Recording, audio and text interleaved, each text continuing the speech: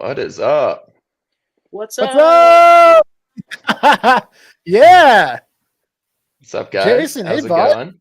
What's up, guys? How are Spencer, you doing? hello, hello. Hey, Jason. Hey, Sean. Exciting Doing good, couple of doing days good. for us. Mm-hmm. Doing all kinds of crazy stuff. Yeah, for those interested, this is not financial advice, and I would not recommend following in any of our footsteps. But we've been we've been playing around with some meme coins, just dabbling. Not money that we really so stuff we're prepared to lose. But Yeah, totally. Classic. yep, I'm up like 92% on Wall Street bets right now.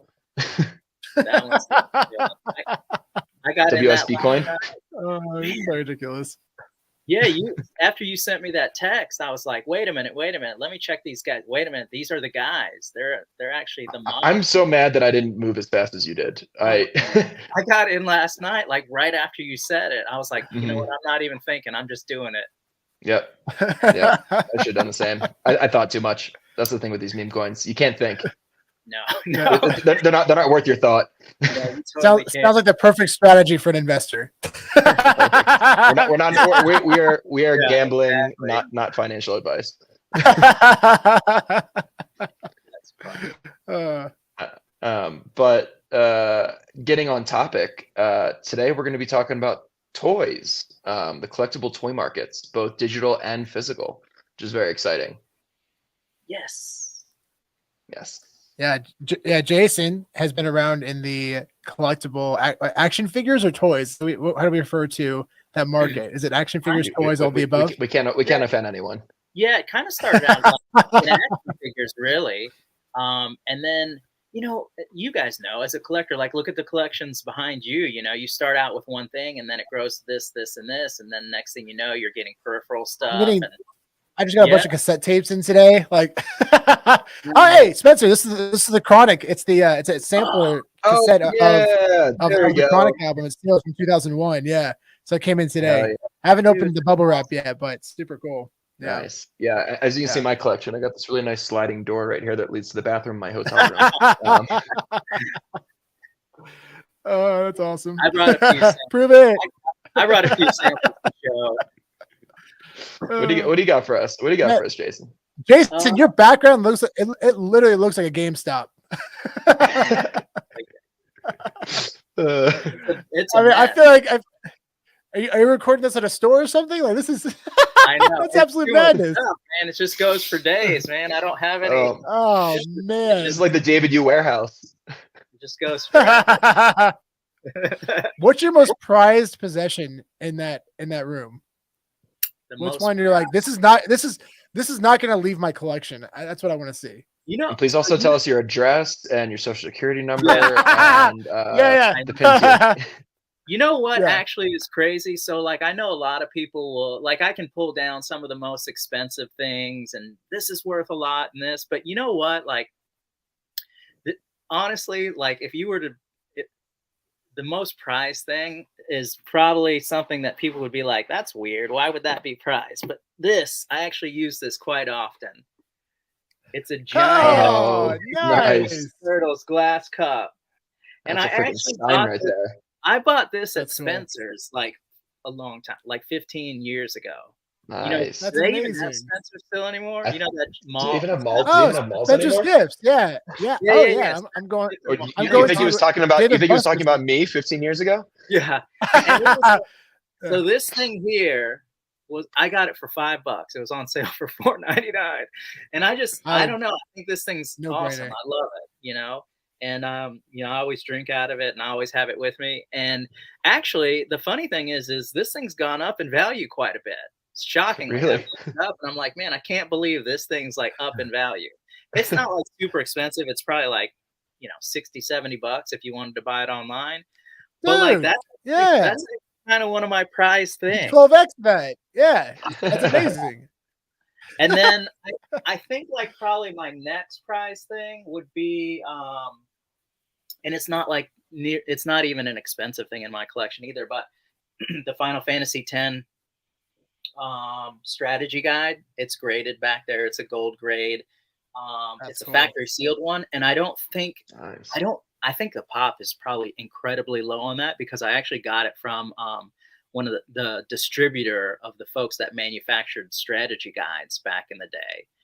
It was given to me as a gift, so it's still, you don't see strategy guide. So nowadays, like when you go buy strategy guides, you'll see a lot of them in factory sealed plastic. But back in the day, they were never factory sealed, or hardly ever factory sealed, and so they were loose. People were like, looking through them and all that stuff. So I had gotten a factory sealed one from them, and so I'm a huge Final Fantasy buff, so keep that. I see you got some toys up there. I think do I see a Star Wars toy up there, maybe? Oh yeah, there's a. Oh, you're talking. So that's the original. That's an original at back there. Mm-hmm. Do you see it back there? Yeah. Nice. I know we're talking about toys today, so might as well show off the toys. Original. I'll show off a couple. I'll go ahead and start with a couple if you want to see. So sure. So this one is sort of a prized possession too, I suppose. It's not like super duper expensive, but this is a Series 1 Snoop Dogg vinyl figure, and this is awesome. Manufactured that. Wow. First, the first series that came out, factory sealed. Probably wouldn't get like a super high grade on it, but they're pretty scarce. Like it'd be tough to find one of these. Which toy company manufactured that? This is from. That's a good question. Let's see here. Man, Vital Toys. So man, I've never even heard. Yeah, cool though. So that's something kind of rare and obscure. Yeah, super unique piece. And then for figures, I'm a big Final Fantasy fan. So this is the Extra Night series. This is actually the U.S. versions. The U.S. versions are a little bit more rare than the Japanese versions, but these are from the 90s, figures from the 90s, and this one has a pretty good grade. So this is Cloud, one of the main characters in this series. So I think I might try to get the Japanese versions as well, and then I'll have one Japanese. Now this is a whole set, and I think there's like, let's see, 2, 4, 6, 7 in the set. But this is an example of a carded, figure in a bubble and what it looks like when they grade it. Mm-hmm. And they're you guys know they're really cool to look at in a display and all that. So cool. And then the other, there's something so special about graded items. When you get it back and it's graded and you can display it, it looks so good. It looks like a museum piece. It does. It's really special. And then the other thing about the figures and the toys and all that stuff, just like what we talk about with VHS tapes and video games, those are stuff that people, wanted to play with when they first got them. You open them up, you play with them. They didn't, very few people, I guess, some people did, but, most people did not just keep them in their original boxes. And even if they did, the boxes would get beat up over time because people are moving, people are putting them in storage boxes and moving them all over the place. And so they tend to get damaged over time. And for me, it's interesting because, we've talked about this a lot. There's these conversations that happen that people, the people that are not really interested in collecting like sealed things or items graded, etc. They're like, those are meant to be used and meant to be played with and watched or viewed or listened to or whatever the case may be, which I agree 1,000%. Like they absolutely were meant for that, of course. But there's also a certain, it's really interesting when you find things from 10, 15, 30, 50 years ago in their original state when they were first brand new or first released. Like that's tough that they lasted that long. And so there's a piece of, I know some folks want to, kind of encapsulate those because they want to keep them in their original states. And not damage them. And that's the cool thing about grading is, it does help prevent, damage, future damage. And so for me, the cool thing is these pieces are in their original state when they were in the store. And you guys post like videos and pictures of old video game stores or what Toys R Us looked like in the 90s. Man, you see that and you're like, oh my gosh, I remember that, Totally and it brings back the nostalgia. It's really cool. It's crazy that the prices of games back in the 90s are the same price as they are today. Yeah. the advertisements. You've seen that, and you may have mentioned it already, Jason. But man, it's bizarre. And to add to your point, I mean, that's a big reason why there's probably not as many as people think out there, because they were so expensive. They were so expensive. Yeah, some of the games were well over $100, and we're talking about like even early Atari games that were like $89.99. Can you imagine spending, $90 back in the early '80s or late '70s on an Atari game? I mean, you're definitely opening that and playing that, and quite frankly, a lot of people probably couldn't come close to affording that. Yeah, very select few people could afford to actually play those games back then. Exactly. Yeah. So real quick, I'm gonna get into some comments here. What's up, Poof? Happy Tuesday. What's going on? Action. What's up, Crypto Doozy? There we go. We got new IP Thursday, Cryptoys. It's exciting. We had Cryptoys on last week on Friday. We're gonna be doing a little Cryptoys stuff later today. That was an awesome. I watched it. It was amazing. I wish I could have. I didn't get to watch the whole thing back to back because I was like traveling, etc. So I was like trying to get in there. But that crew is awesome, and I love. It's I love so fun. Toys. Yeah, you have a pretty good collection, don't you? Yeah. So I've got 2 epics. I've got 27 so far. Nice. And then I think I'll have some airdrops, etc. from the giveaways that they're doing.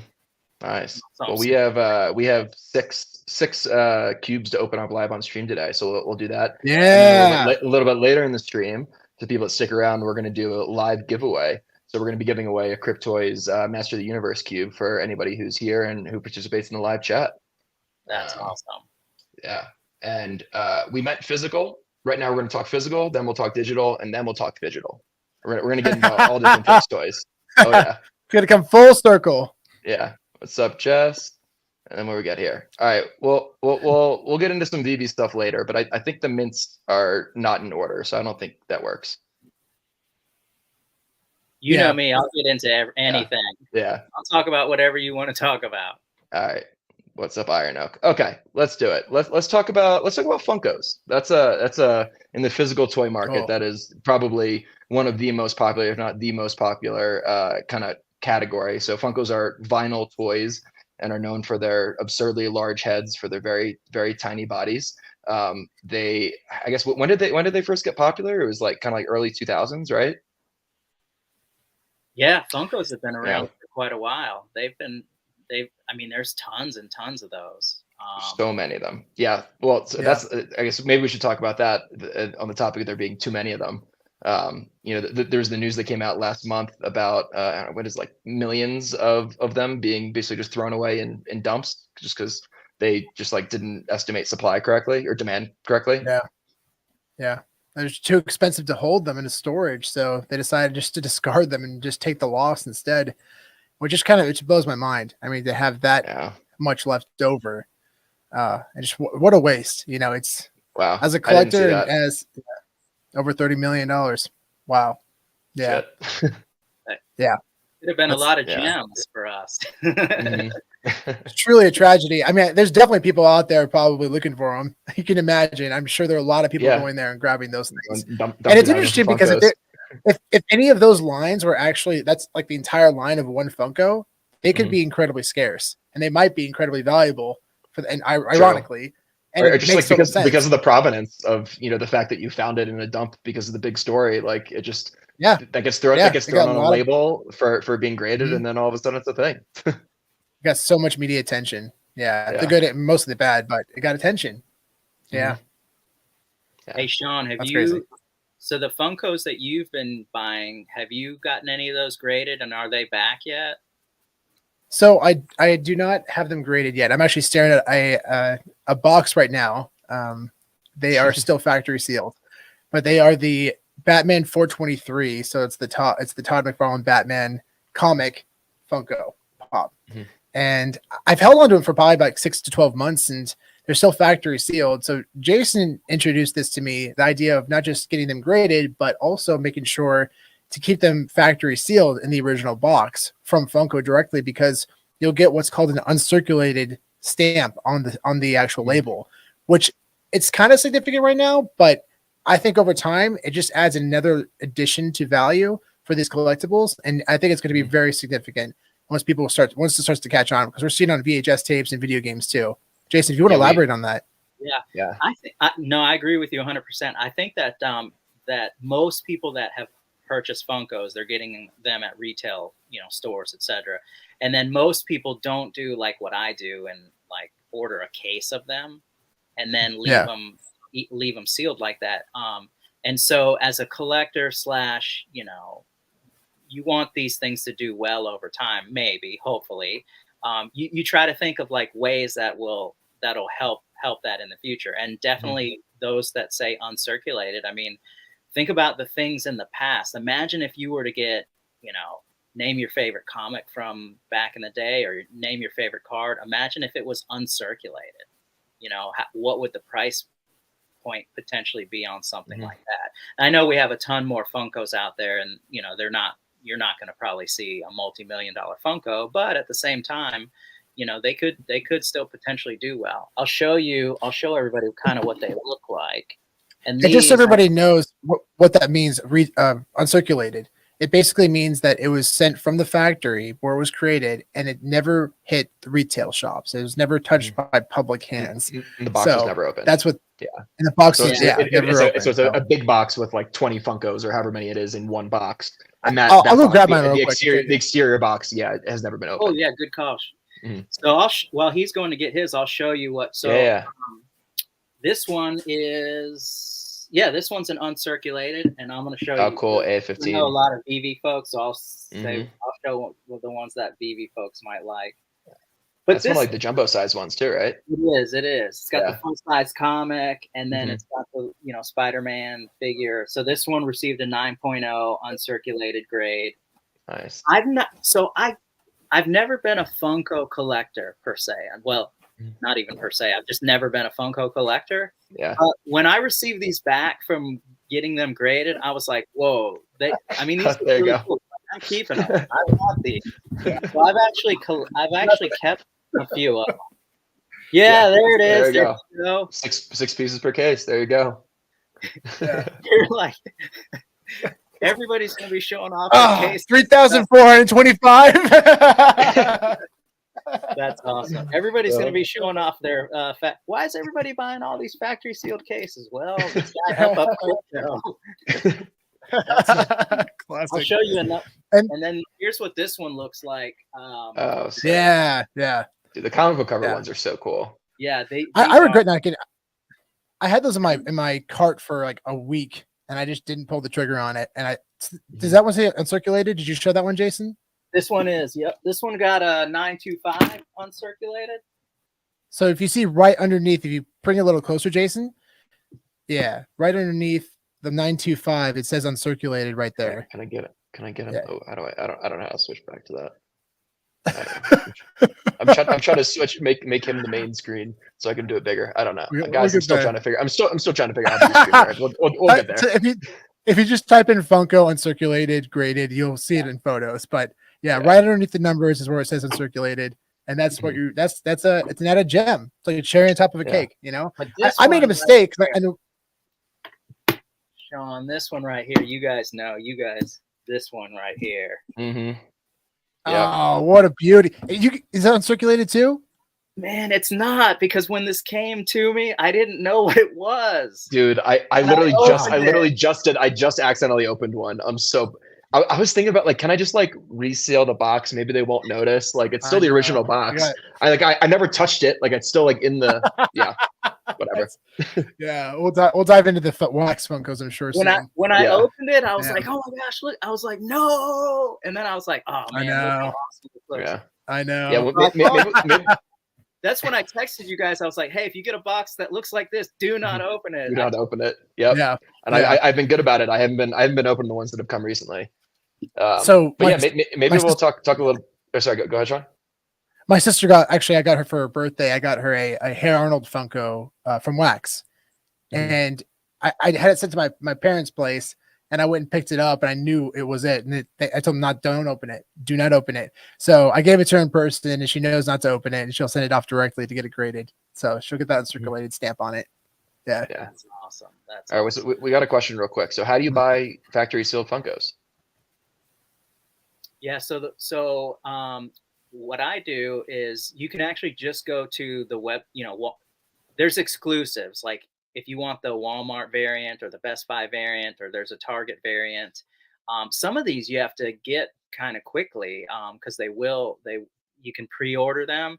And what you want to do is you want to look at how many come in a case, because you're going to want to buy the entire case. So sometimes I think yours was a 6-pack, Sean. Yeah. Yeah. So what they do is, like, if you order 5, they break open a case and they'll send you 5. And so you cannot send that in to have it graded and get, uncirculated. So you kind of want to do some research and figure out like how many in a case. I think some of the comics, the large comic ones, they come in 3-packs and 6-packs. So I think you can get like a 3-pack and still get it in a factory sealed case. I have a 3-pack also. This isn't the only one I have of this from this order. I think I ordered 9. But it needs to say Funko on it, right, Jason? So it needs to say yeah. And the guys at CGA or AFA, they're super. I mean, they look at this stuff under the microscope. Like they inspect, like they can tell if there's any kind of a breach at all. And even if there's like let's just say I just wanted to peek in and I like kind of open it up a little bit, maybe tear the tape slightly, it won't be uncirculated. Wow. It's got to be like, it's got to look like it's, not tampered with at all. Yeah.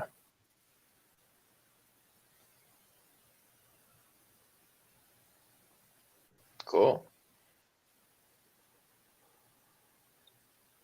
That's awesome. Wait, so that's a really cool collectible. Is it like this one where it's just not for retail? It's like a promo sampler, and again, it's in the bubble wrap. Not a good. But you know what? I'm gonna open it right now. I'm gonna slowly open it because I think it's just covered. Slowly. Be very careful, Sean. Very careful. So everybody, this is the. I'll reveal it when I open it. But yeah, I'm curious. So is it sealed still? The Nirvana tape? Man, that's awesome, actually. Oh man, I feel like I'm giving surgery right now. Just like, I'm not sure what you mean by a chase version, Crypto Doozy. So they'll give you a chase version when you buy a pack of 6. Yeah, I'm not sure what he means by chase version. Oh, I think he meant a case. Maybe you mean like a case version. So some of these are different variants. Let me show you this again. Oh, sick. So on this one, nice. Wow, that looks. Oh, we'll circle back on that, but like it says 2001 sealed. sampler. Wow. Yeah, we'll come back on that. Yeah. So this case that I ordered, as you can see, it's the Walmart variant. It's got the Walmart sticker on there, and sometimes you can get a Best Buy sticker, Target sticker. Does it say that on the label, like that? It's like the Walmart variant. It does. Yeah. And cool.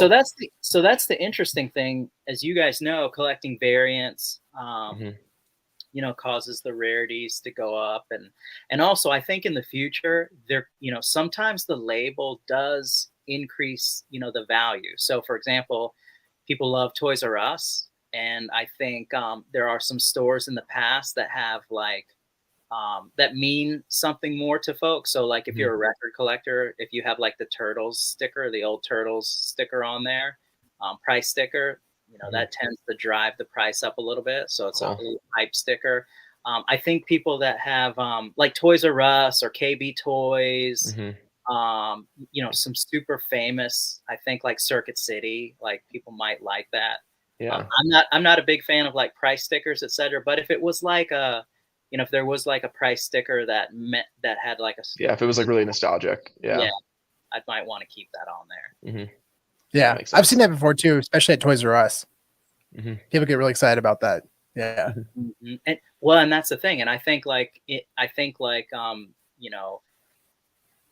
as digital collectibles start to be more ingrained in society, I don't think that you'll always have physical items, of course, but like I think that it could potentially be, you know, maybe less and less, and it could be where we're buying more physical items just at Amazon, off of Amazon, quite frankly. And so there might not necessarily be a Best Buy or you know, or a, you know, Toys R Us. It might, you know, it may come through, you know, some distribution center, and so you might not have that anymore. And so in the future, if you see some of that stuff, it could become, you know, more popular, add to scarcity and all that good stuff. Cool. All right, so learning something new today. Okay, so a Chase Funko Pop is a rare variant of a common Funko figure. Oh, I gotcha. Have you seen those, Jason? You know what? I don't know how those get distributed. I don't know if those are in cases. I'm not like a super Funko expert. So I don't know how those are distributed. I don't know if it's like a baseball card where it's one per case or one per X amount of cases, or if you can buy that. That's a good, I don't know. Sean, do you know? I don't actually. Yeah, I'm still learning about Funkos myself. And mostly I've been learning on wax. The wax blockchain. Yeah, that's a good segue. Let's definitely talk. I know we're on physical, but we'll I guess go over to digital and digital right now. So for those that don't know, the wax blockchain is a blockchain that's built on EOS software, so it's completely independent of the Ethereum ecosystem. It's its own layer 1 blockchain, and they're a chain that's focused directly on NFTs. That is really their main focus, and that's kind of what it was built for. So they've done some really cool things with the big toy companies. So like it's like the big 3 toy companies, which is like Mattel, Hasbro, and Funko. So they've done NFTs and phygital activations with all 3 of those companies. And so what they've done with Funko, basically they had released these different series, and so there'll be like a Batman series or Teenage Mutant Ninja Turtles or Nickelodeon. There'll be some kind of a category, and then they'll release these card packs. So you'll buy the packs, you buy them with a credit card through Wax, through their platform, which makes it really, really easy. And then you can decide to keep that pack, as a pack, as an NFT, and you can trade that or just keep it in your collection and decide to open it in 10 years if you want, or you could sell it. Or if you decide to open that up, you get basically a bunch of different cards inside. And those cards have different rarities, just like any card pack would. But the highest rarities are basically redeemable for physical Funkos. So I think every collection has, I think either 4 or 5 that are redeemable. So there's like a legendary, which is the top rarity, the Grail rather, which is the top rarity. There's 1 Grail for every collection, and then there's usually like 3, 4, or 5 or so legendaries as well in the collection, and all of those are redeemable for a physical Funko. So basically, what'll happen when you own that Funko, the digital one, is that on a certain date they'll send you a redemption token, and then you can then use that redemption token, which is an independent NFT, and you go to a platform called drop.io, and they have a really cool redemption system that makes it really, really easy. It's free to redeem. All you do is put in your shipping address, and they send you the physical Funko. And you can see right there, it says NFT release. It says 999 pieces because that one specifically had 999 of them. Yeah, Optimus Prime, that was the Grail for the Transformers one. So yeah, how many was that? That was like 1,250 editions or 1,500 editions. Do you remember, Jason? No, 999. Was that one 999 too? It was a Grail. Yeah. And that was a Grail. Yeah, well, I think a couple of Grails were a little bit more, I think. But yeah, either way though, like it's generally speaking though, 999 is like the kind of like the supply of most of the Grails, which go ahead, Jason. I think the horror series was the other number you were talking about. Okay, that was a little bit more, yeah. So I think those were more. I'm so jealous. I missed out on the Turtles one though. I think they're on eBay right now. Yeah, you can buy them on eBay. They're selling for quite a bit. They're selling for like 800, like exactly a good amount ungraded. So I mean, you guys know me. I'm an entry point guy. Like I'm stuff as cheap as possible. Like they're like, hey, go on eBay. They're $1,000. Yeah. So, like I know how much this Prime's going for, and I wouldn't buy it. Like I'm too cheap to buy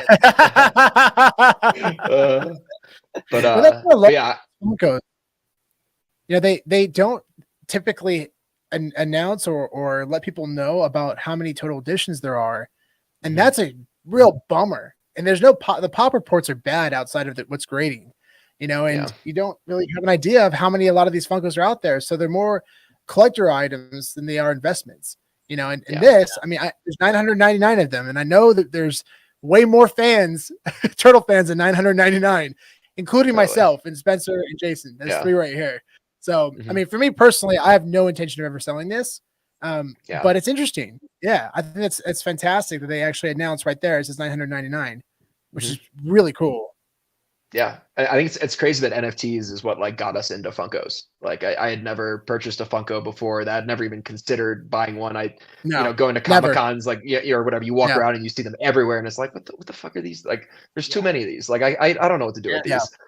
But like this like actually like kind of got me into it, and now I've bought a couple of like the Batman one that you have in your circulated box, and I bought like a couple other ones like here and there, just because now I kind of like them, kind of like having them. Yeah, I'm the same way.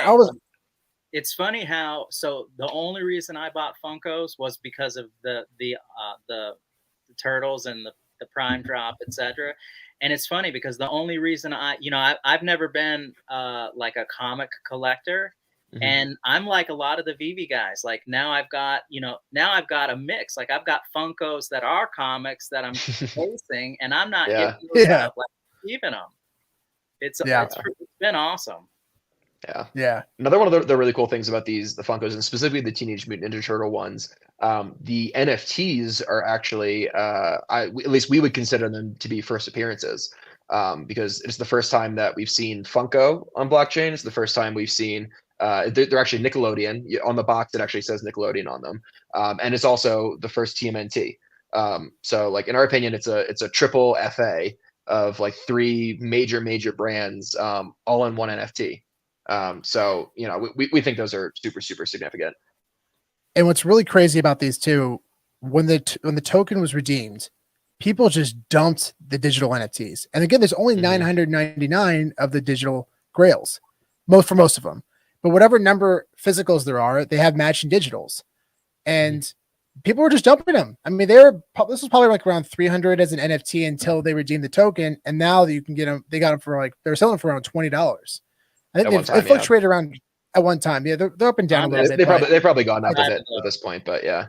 Sean bought 995 of those. Actually, no. When it dumped like that, I really believe in the digital side. I have 12. I have 12. I have 12 of the digital. So I technically have 3% of the collection, or 1%? Is that 1%? Yeah. Something like that. Yeah. 1%. 1%. Yeah. Math. Wait, let me get my calculator out real quick. Here's one. We own the number 1 mint shredder, which is really cool. Yeah, which is one of the legendary NFTs. Yeah. Yeah, 1%. All right, let's go. 10 to whale.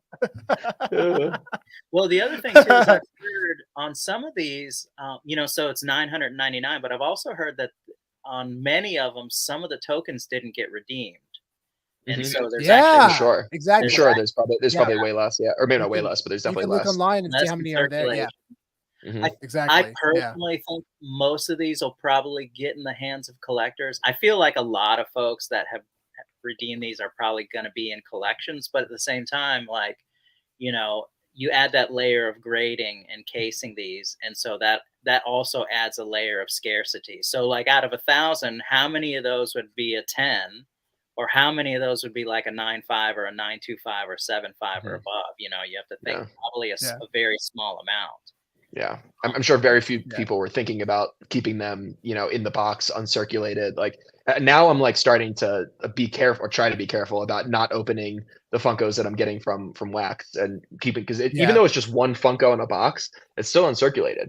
So I literally the exact same thing that you said. Like I was like opening. I came home.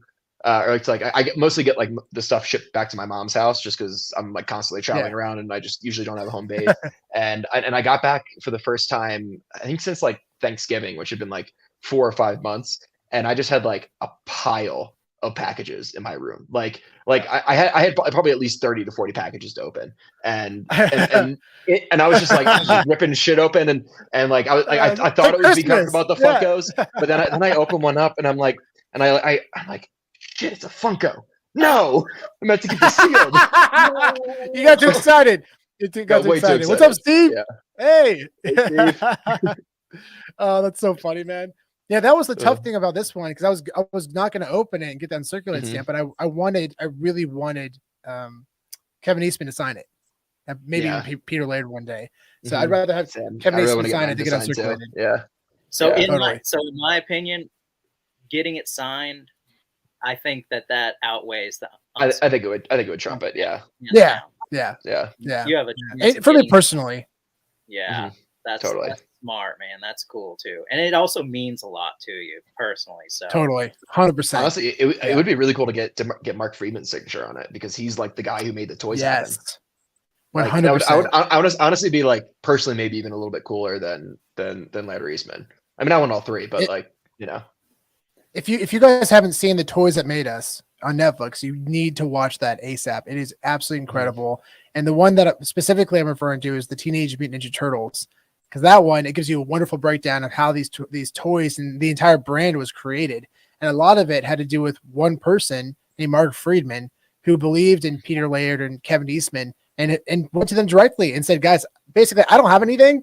I don't have a company, but I believe in you guys and I have ambition and I want to make you guys one of the biggest brands in the world. And he did. And what's really cool too, actually, Spencer and I had a chance to bid on an auction on Heritage.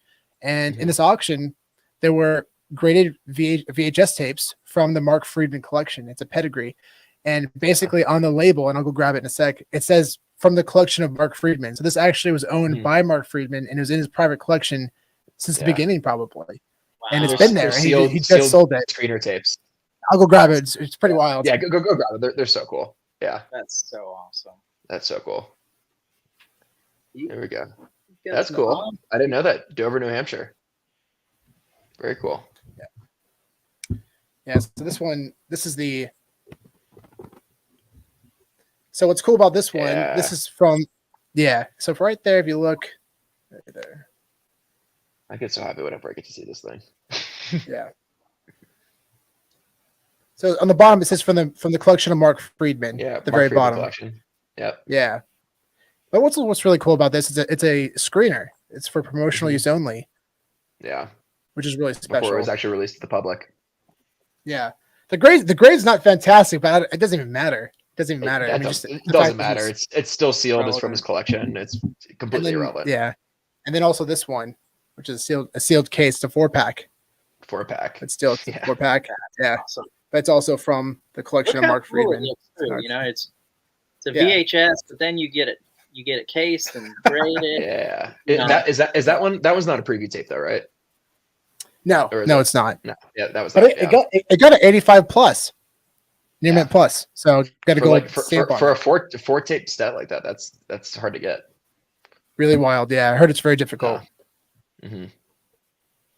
Yeah. Speaking of auctions and speaking of uncirculated stuff, we were bidding on an auction last night on eBay for a couple uncirculated copies of Back to the Future. It was Back to the Future 2 and Back to the Future 3, graded, sealed, uncirculated. And not just that, one of them was they were both 10/10s, right? And one of them was a 10/10 gold. Like like basically like as pristine as you can get. Yeah, sure. Explain the So basically, very similar to what CGC does with their grading system for cards. If you look at it, it says like a 10 mint or 10, I think epic or mint, and then it says 10 gold, and 10 gold is basically the highest for basically the actual box and the seal. So the IGS, I think they just added this into their system. It used to be 10 epic was the highest, but now they have 10 gold, and 10 gold is basically the highest. And there's 2 grades, one for the box and one for the seal. And one of them had a 10 gold, 10 epic, and the other one had a 10 epic, 10 epic, but they're both uncirculated, which is just wild.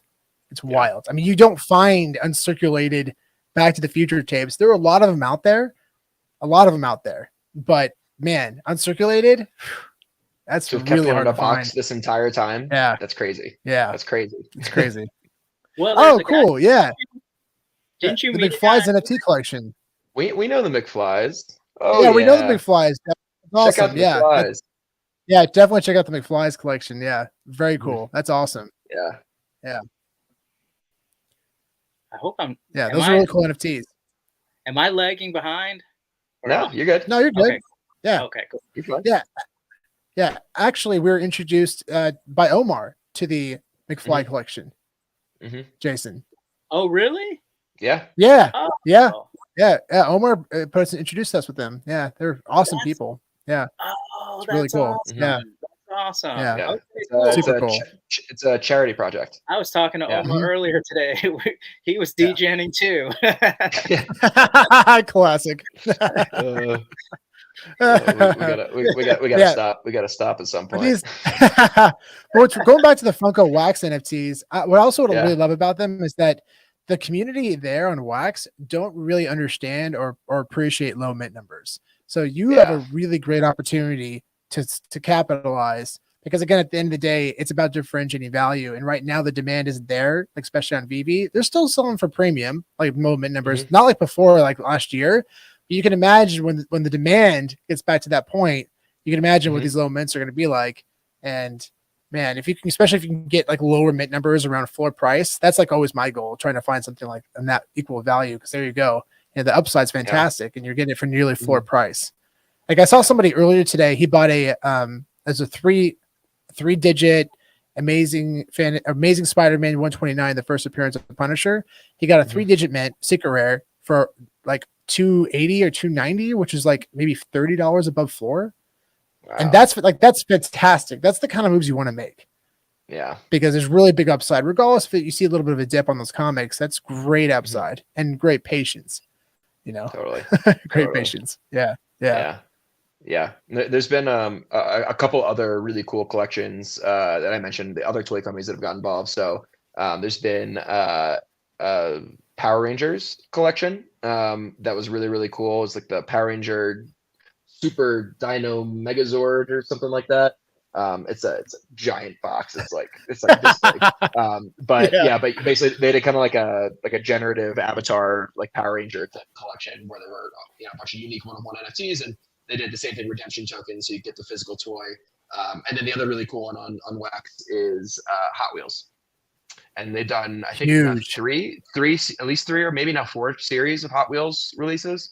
I only personally went in on the first original series.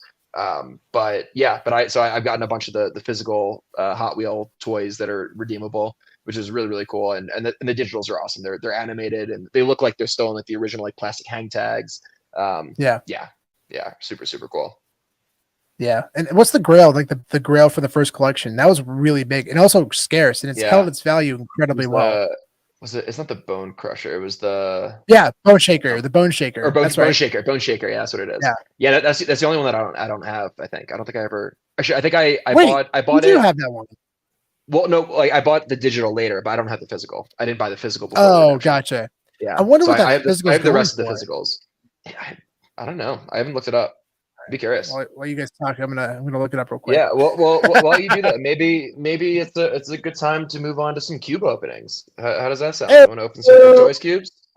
All right. Thanks for the reminder, Poof. We get caught up in these conversations. We like to talk about but while you guys are opening those, let me say that the cube openings for the Cryptoys stuff it's so good. Might be my favorite of all the things I've opened over the last couple years. Like, it's pretty awesome. Like that opening is just amazing. All right, are you guys able to see the screen on the stream? Yeah. Nice. Cool. Nice. All right, so here we go. Here's, for those who haven't seen Cryptoys, this is a look at what we're doing here. So here's a couple of the ones in my collection that I left still in their plastic cases here. I haven't had the best pulls so far. I got some commons. I got a rare Evelyn though, which is pretty exciting. But just a lot of these common Triclops. It was a big Triclop day. So these ones though are I think from series 3. So these ones will actually feature Grayskull, right? I believe is in this one. So I think that's who we're going after right now. So let's open one of these bad boys up. Wait, do these consist of any of the one-of-ones? I think you can get the Grail. I don't know if there's I don't know. 101, but you can get any of the rarities. Yeah, because there's one of one, Spencer. Remember we saw the one of ones? Okay. The series 3 rarities. Oh yeah. Oh, that would be very cool. Let's go. Yeah, there's definitely one of ones out there. All right. Well, let's cross our fingers together.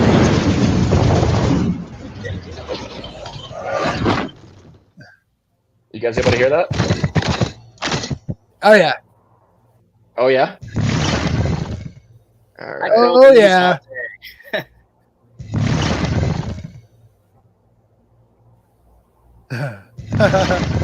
So good. Here we go. We get.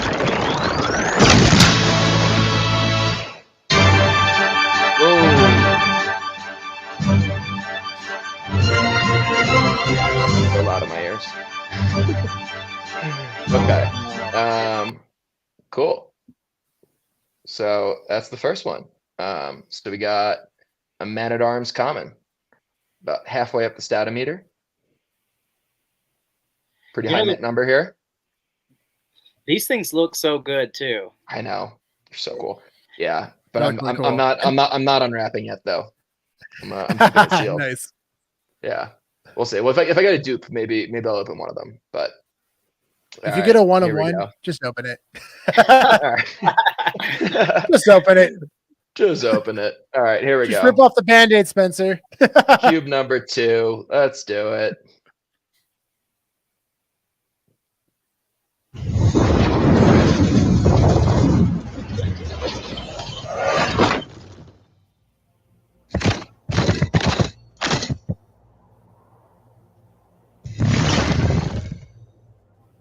All right. Cross all your extremities.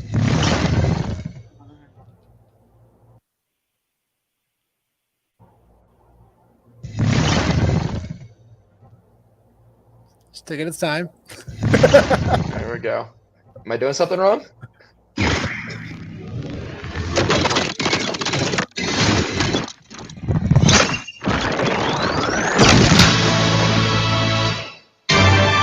Oh, there we go. Another Man-at-Arms.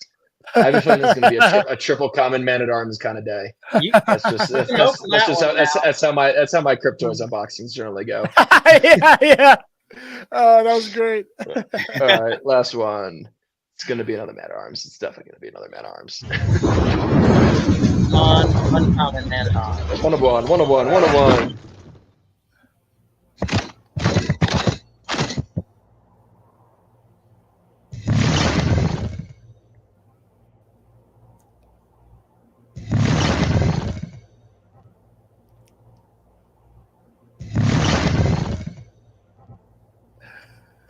You can do it.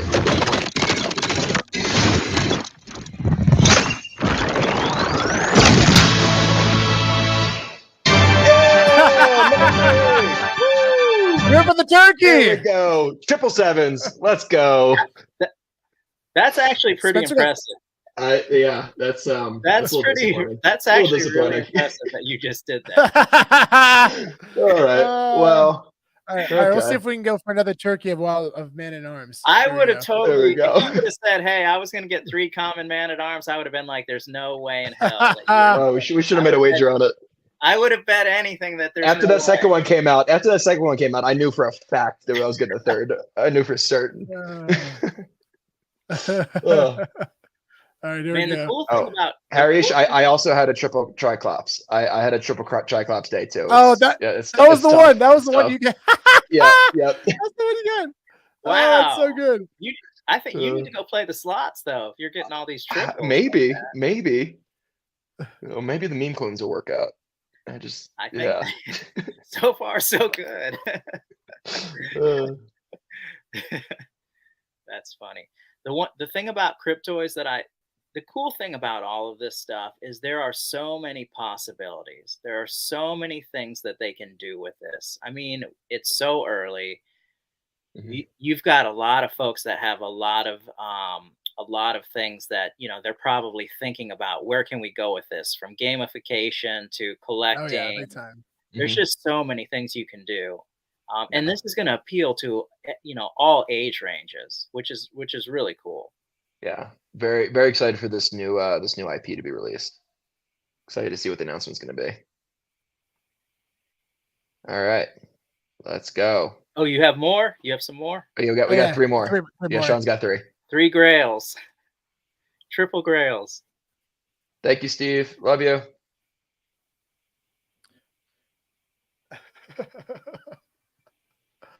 There we go. Woo! There you go. All right, 4 for 4. You're gonna get 6 Man-at-Arms. Oh, is there? Is only a one-on-one Man-at-Arms. Oh, this one's uncommon. Oh, this one's uncommon. This is a step up. This is a step up. Okay. You're gonna get 3 uncommon Man-at-Arms here. That's gonna be hilarious. 2-1. 2-1. Let's go. Let's get that legendary. Yeah.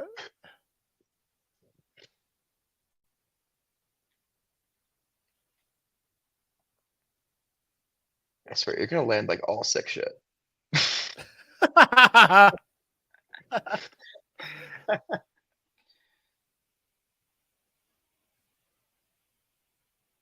you holding? Yeah.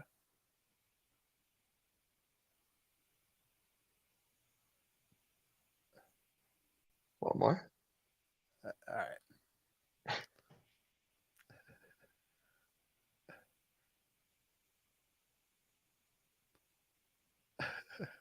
Sorry, are you sure you're I don't think you're clicking and holding. No, I got it.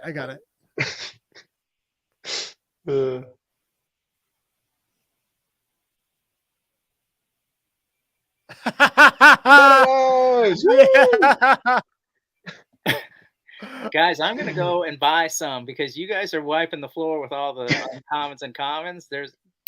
I'm gonna go buy some, and it's you got an uncommon. Nice.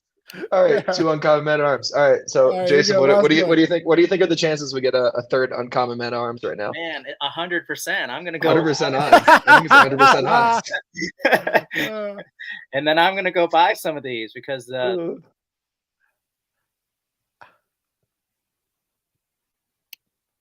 gonna be disappointed if it's not an uncommon Man-at-Arms. This point, I kind of want it to be. It's gotta be. It's gotta be. Oh, apparently that last one we got a 3-digit serial on. Oh, okay, nice. All right, let's go, Panther. Come on, uncommon Man-at-Arms. Oh, we want one more uncommon.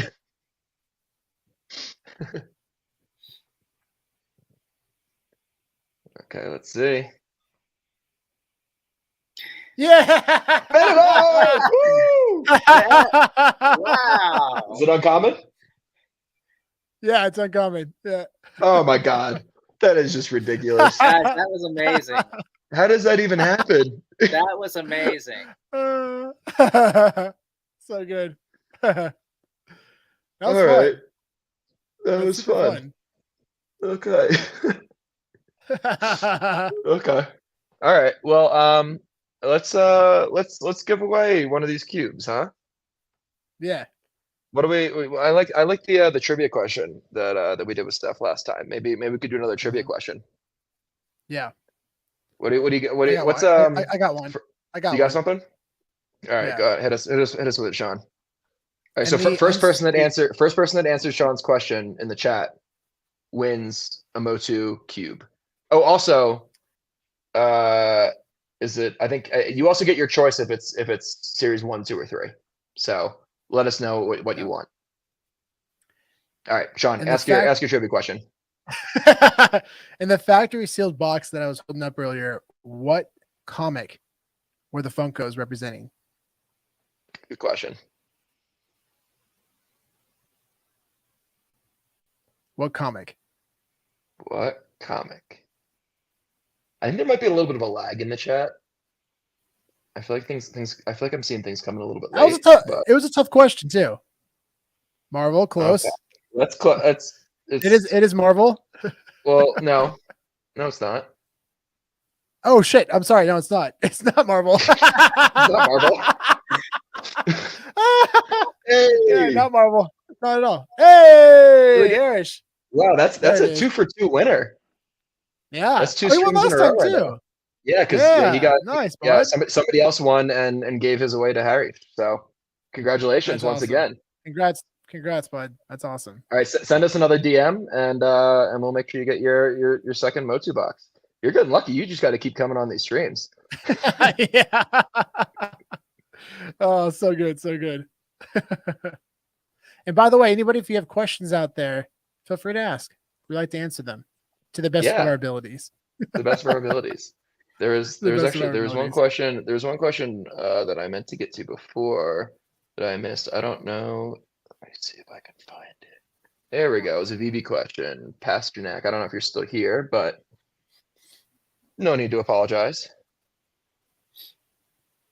So my take on this is I think people are definitely going to value the original cover. I mean, people are definitely going to origin the original cover too, but I think people are going to value the VB original covers because it's like something that was made directly for the digital space for VB.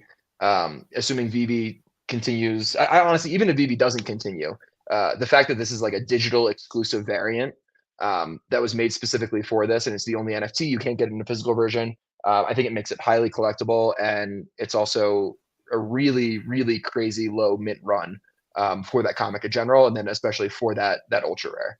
I'm super bullish on that ultra rare. We own one of the lowest mint ultra rares in the collection that's publicly circulating. We're very bullish on that. It's a 2XX, so it's a 200 mint of the UR. Mm-hmm. Yeah. That's I'm super happy we got that. That was awesome. That's awesome. Yeah. I do like the homage covers. It was interesting. I did a poll recently. We did a poll recently on Twitter, and I asked if people are happy with the homage covers or if they want to see some VB change it up or Marvel change it up a little bit. And people were really happy with the homage covers. I think that was really cool. I personally would like to see. Hold on. Something just very exciting happened in the chat. Sorry to interrupt you, Sean, though. We got another pass along. So Harris wants to give his away to somebody else. So we need a new trivia question. Wow, that's awesome, Harris. That's cool. Okay. Jason, you got anything else? You got a trivia question? I got one. In the stream? You got one? Oh, cool. I got one. Yeah. So we were talking about somebody named Mark Friedman earlier. What IP is he connected to? His name was Mark Friedman. What IP was he connected to? First person to say it in the chat wins.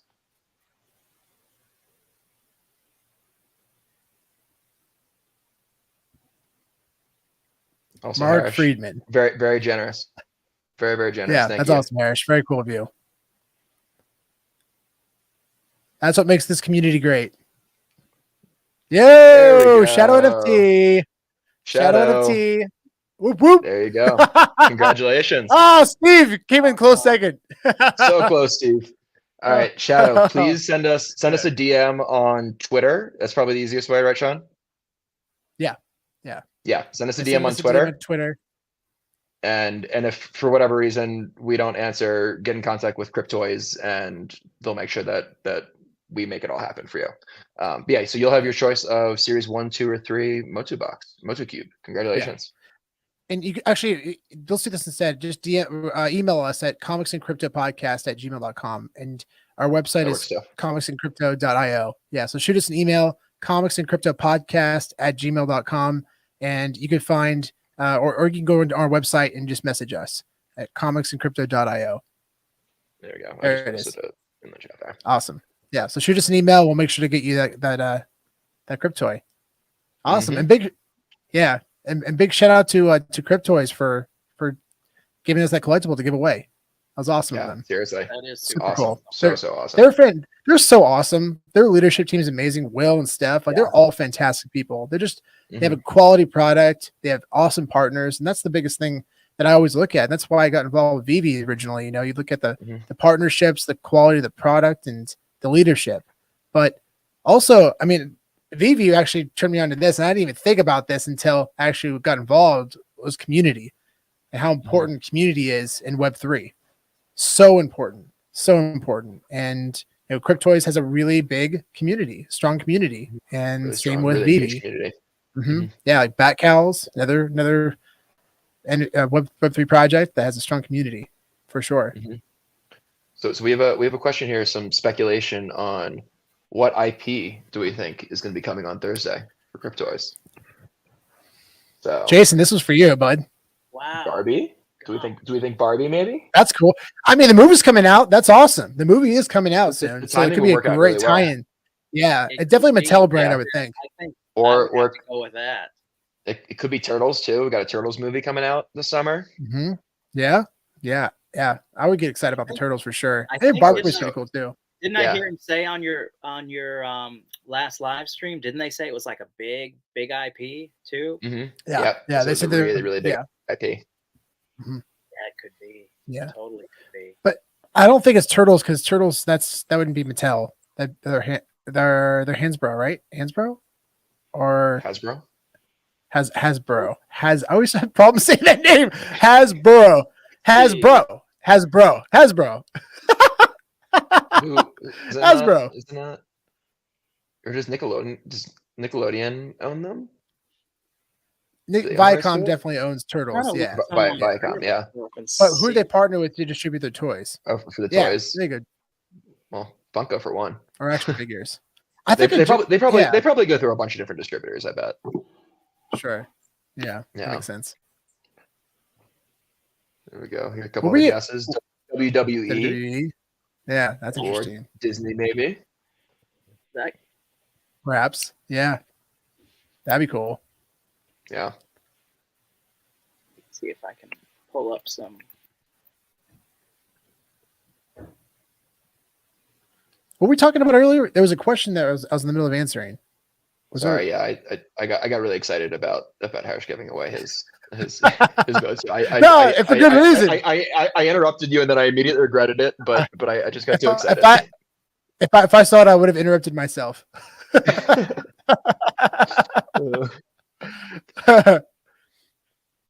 There's another guess. Transformers.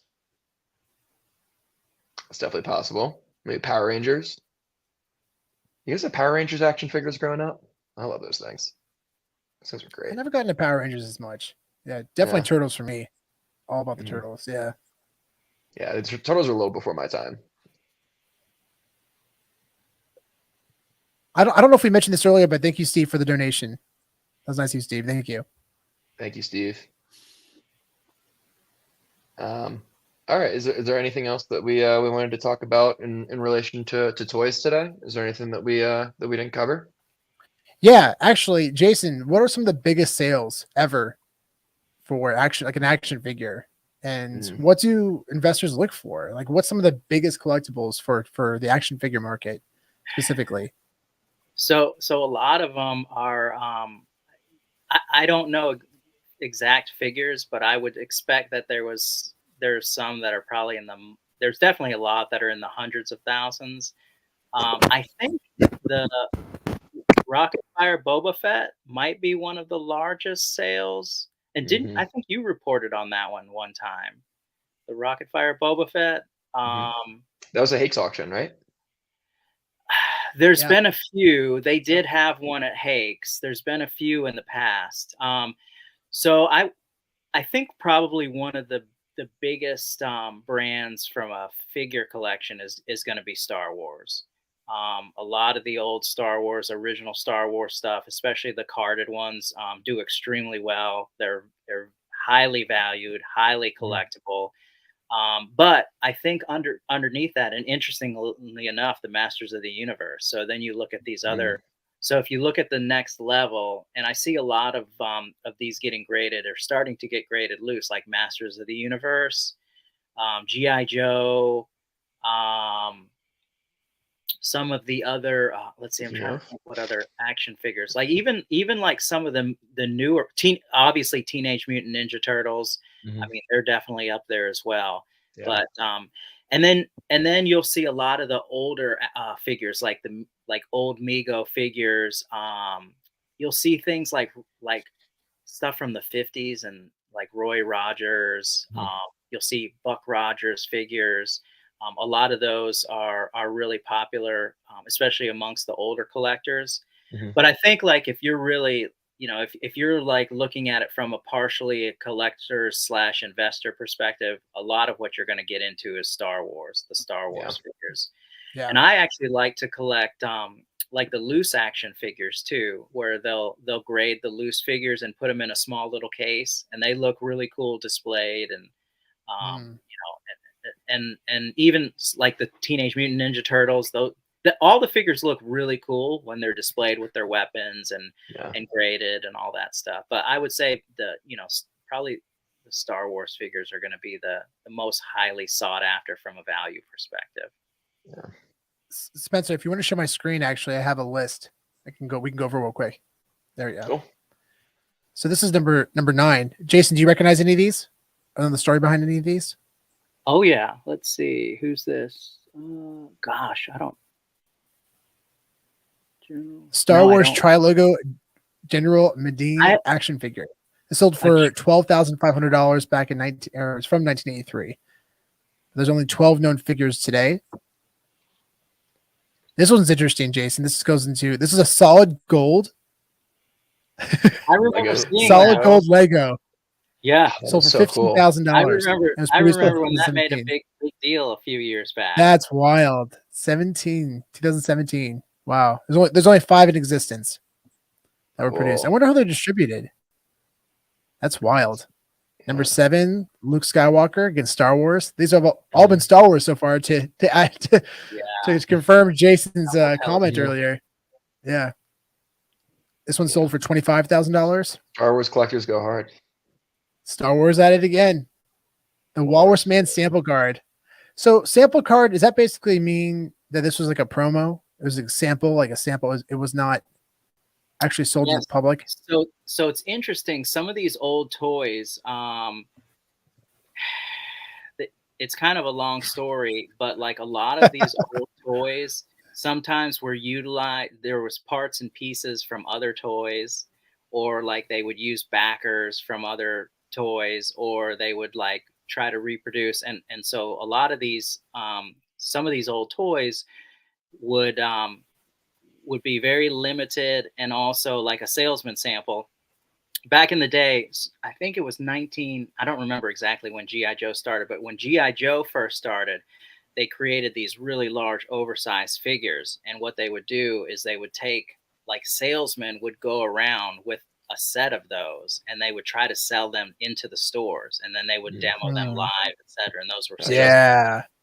And so then you'd have like increased variations of each one of those. And so a lot of these, especially some of the Star Wars figures, you'll get some that were not meant to be released to the public, or some that were errors that were accidentally released into circulation. And so sometimes you'll see like the card backer will have an incorrect name, or it won't match the figure in the box. And so you'll see some of these rare versions and rare variants. But if you see like the salesman samples, or like the original, like the very original, the 12 series that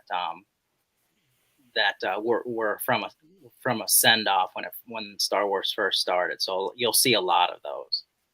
That's awesome. And like this one, for example, to add additional value to these collectibles, the sealed collectibles, some are called unpunched. So if you look right in this, like the top, those used to go on racks at like Toys R Us, for example. Now, if you look at the previous one, this is what we call unpunched, which means basically it didn't go on the rack. Or Jason, you can probably know better about this than I would. But I know that collectors look at that and consider that additional value. It's so unpunched would be like one more step towards like uncirculated. So if you look at where it says Star Wars Empire, right above that, there's like a little circle that if it's punched, because like back in the old days, you have a little hole. Yeah, exactly. Where you would actually stick it up there, and there'd be like 50 of those lined up. I guess they still do that kind of at Walmart now. Oh yeah, they totally do. Yeah.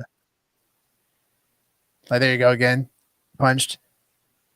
But sometimes it doesn't even matter because they're so rare. You know, they're so rare, and the demand is so high that people just still pay for premium for them. And even like if they're opened, you know, it still doesn't really matter. And like that Obi-Wan, the double telescoping Obi-Wan, you know, it's a loose figure, and look at how much, you know, money it brings because it's so rare.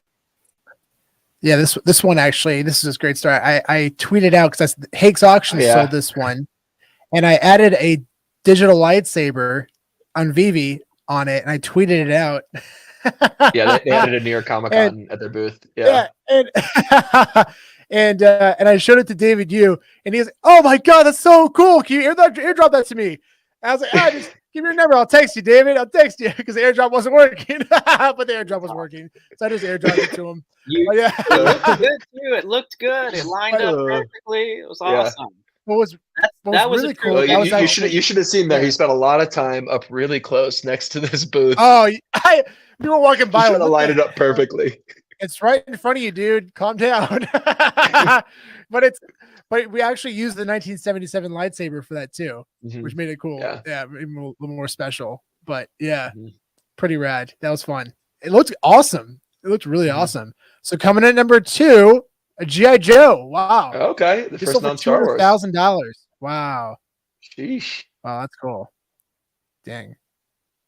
And then, of course, number 1, the rocket firing Boba Fett. $204,000. Although I think it sold for higher than that recently. I think it sold for 200, close to 250. Jason, is that right? I think so. And that was through Hakes. Yeah. Very cool. Yeah.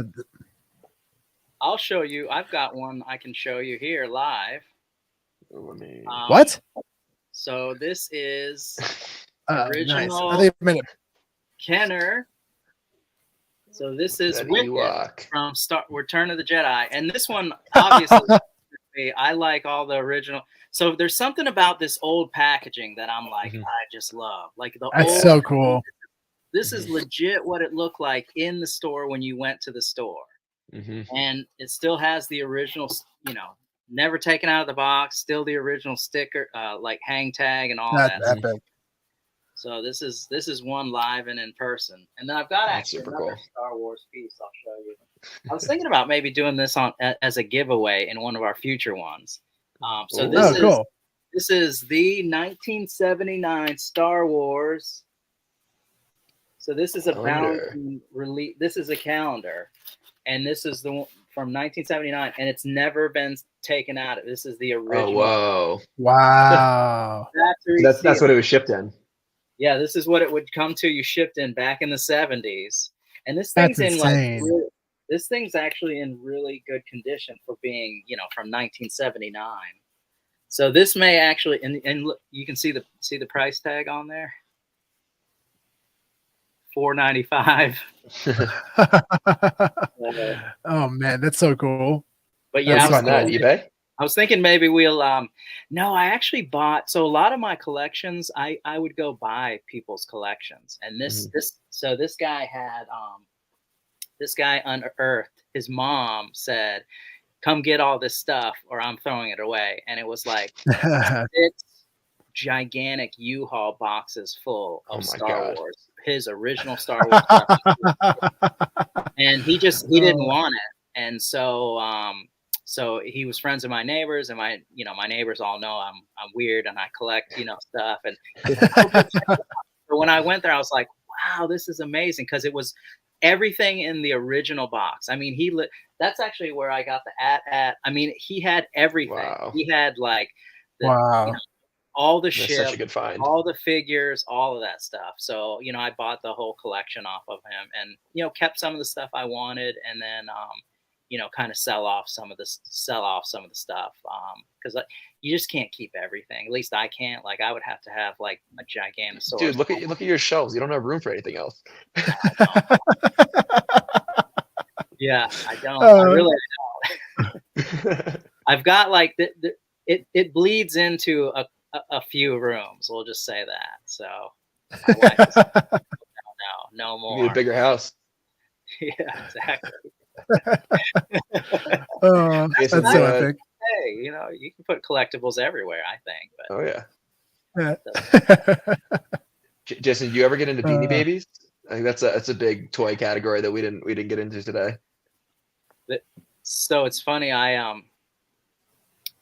One of my wife's patients, my wife at her job, her husband had many collections of stuff. So I went and took a look at one of her collections, and she was an elderly lady, and they had, no kidding, maybe 15 trash, like lawn and leaf bag full of Beanie Babies that he had just bought up, just bought.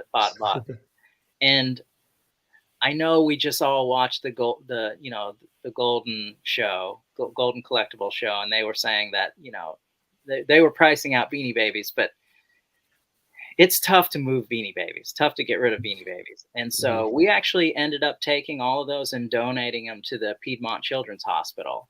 Nice. And giving them all to the kids. I never did. For me, I never got into Beanie Babies. It wasn't really my thing.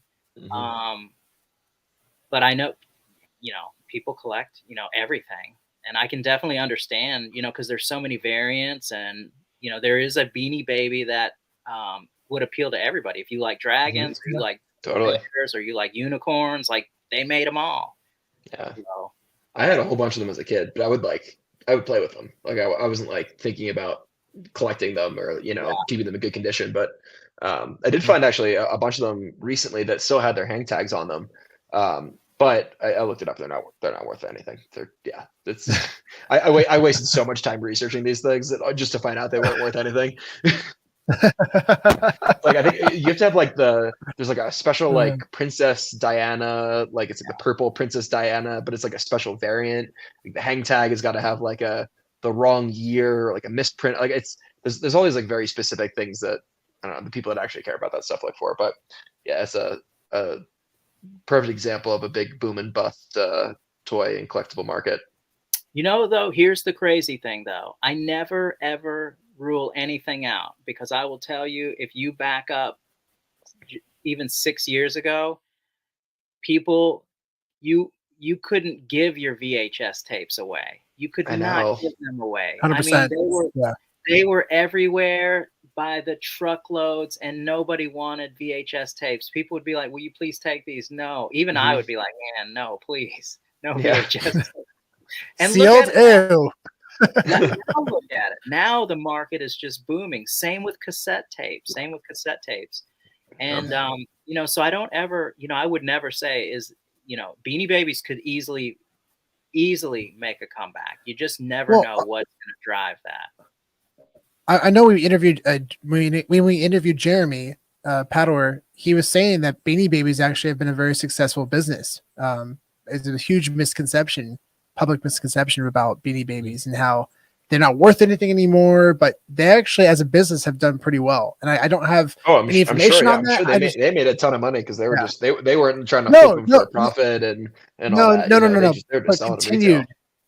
But continued to have done well over time. It wasn't just are they still releasing them today? Well, Jeremy, based on I didn't double check, but he was saying that they're still a profitable business. That's what he was trying to say. Not like you guys made a lot of money and that was it. You'll see that they have different variants of Beanie Babies. They're like large ones. They're like right. Yeah, or like little. There's like little tiny ones in bubble, like plastic, like carded bubbles. So they've got like miniature ones. So they're still like around and selling, and I'm sure people are still buying. I'm sure they're still hardcore collectors. Yeah, there definitely are probably, but the whole speculative craze, especially for NFTs, that died for sure. But as far as a business for kids' toys, I'm sure they have done fantastic, with under the radar. If everybody watches the Netflix Golden series that just dropped, I guarantee you everybody's going to be like, you're going to see everybody putting their Beanie Babies on eBay now. Yeah, I still haven't watched it yet. I've been meaning to do it. Maybe it's great, man. It's really fun. It's a really fun show. Yeah, I've enjoyed it. It's great. It's cool to get to know the guys behind the curtains. Definitely. I've been obsessively watching Shrinking. I don't know if you watch Shrinking or not. Awesome show. Segel. So good. It was so good. I like few shows have maybe like laugh and cry that much like in the same show. Oh, you know what I mean? man. Like, yeah. Like, yeah. I'm gonna watch Really another funny. episode tonight. I've Nice. behind a little bit. I need to catch up on Yeah. that show. But Yeah, it was I just finished it fantastic. The last first night. episode was It's so good. Mhm. The opening scene to the title was like, Oh, oh yeah. my gosh. Yeah. Okay. Now you know you're Yeah. when he walks in the office and sits down. Yeah. Oh, it was so great. It was so great. But Yeah. but guys, on top of that, I just want to say thanks so much for for all this today, for Spencer Mhm. organizing this today. I'm actually about to go on a date with the girlfriend to Dave and Buster's. Dave and Buster's date. Let's It's go. date night, so I promised her I'm gonna wear my Ted Lasso hat. I promised her we would head out in the next 10 minutes. So, but thanks for everything, guys. I had a great time today, and look forward to the next one. Yeah, well, I think this is probably a good time just to end the stream in general. So, yeah, thank you so much for everybody who was able to join us today. This has been so much fun. We're definitely gonna be doing this So much fun. on a regular basis. Just doing live streams in general. Jason's gonna be joining us, so definitely watch out for the next one. Talking about a lot of And- stuff: digital collectibles, physical collectibles, strategy, spec plays, all that stuff. Never financial advice, all the above. All the above. Yeah, and if there's any topics that you want us to talk about, send us a DM Oh, yeah. or send us an email, reach out. Yeah. We'd love to talk about whatever. Yeah. 100%. Please do. Great call, Spencer. Awesome. Jason, you're amazing. You guys Make sure to follow Jason on his socials, up crypto. Make sure to like and subscribe. Follow us on all of our socials. And thank you guys so much. We'll see you guys on the next one. Oh, wait, one more thing. And on top of that, we're still doing a giveaway on our Twitter. Make sure it's pinned to the top of our profile. You win, I think, $120 worth of Cryptoy cubes. So yeah, so three different people. Yeah, 3 different people are going to win 3 Cryptoy cubes. Awesome. So that ends tomorrow at 5 p.m. PST. That's awesome. Yeah. Very cool. Yeah. So make sure to get involved in that, guys. All you have to do is follow and like. That's it. Yep. Follow and like. Yep. And lots more cool giveaways to come. Yeah. Oh, we're gonna do some cool physicals soon. Yeah, I'm very excited. I'm looking at them right now. Really cool physicals. Yeah. All right. Well, on that note. All right. Bye, guys. Bye. See you guys.